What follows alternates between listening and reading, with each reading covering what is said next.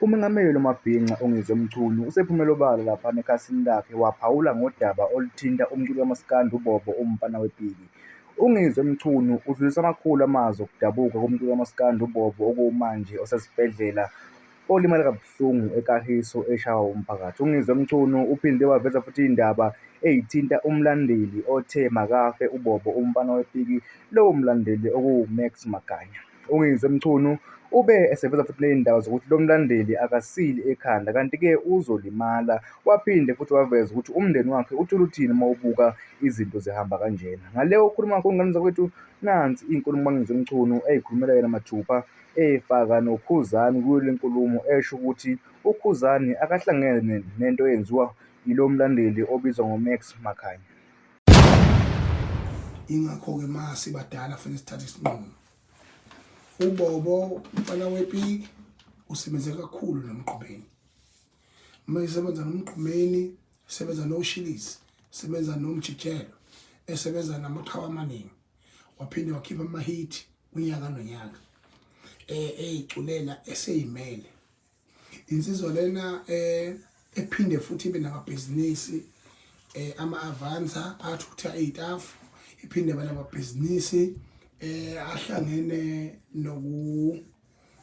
nokuqashisa abantu, yakhe izindawo eGoli izama impilo. Akayena ihlobo Sikhotheni. I want to declare and to declare this officially. Kunoma uBobo angaba uSikhotheni, uBobo uzomthola ekusiza, ekuphilisa njengomuntu.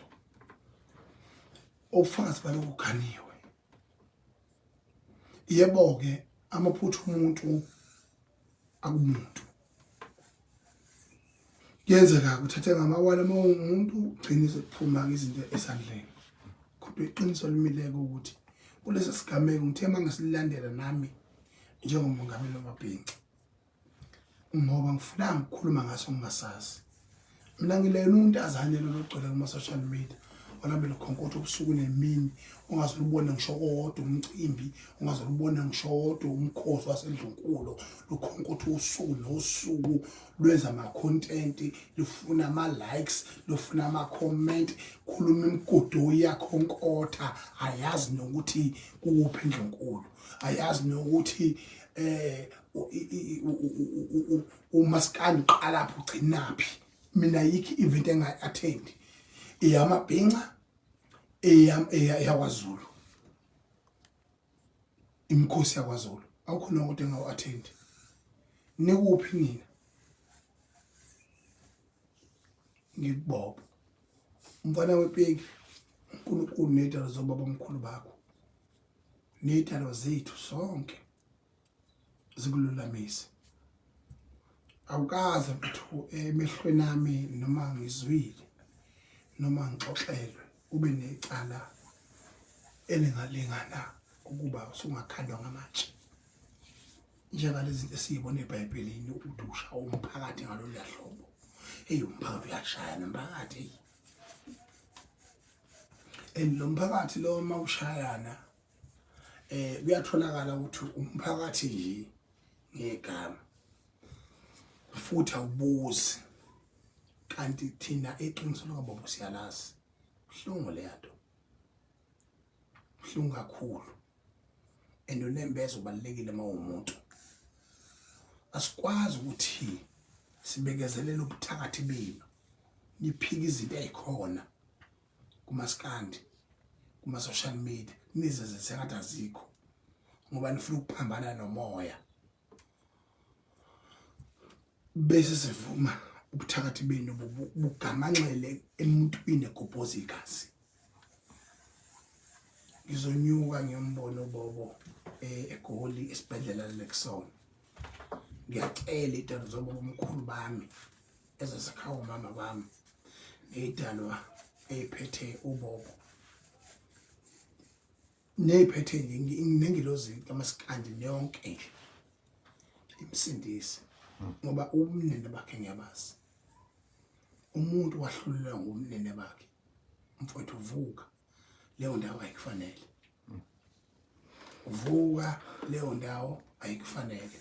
Ngoba noma abathiwa khona la uphambi kwekhona ngowephutha mhlawumbe wagcina usuphambana nengalo yomthetho kodwa sizwe ukuthiwa khona la ugadle khona kwafa umuntu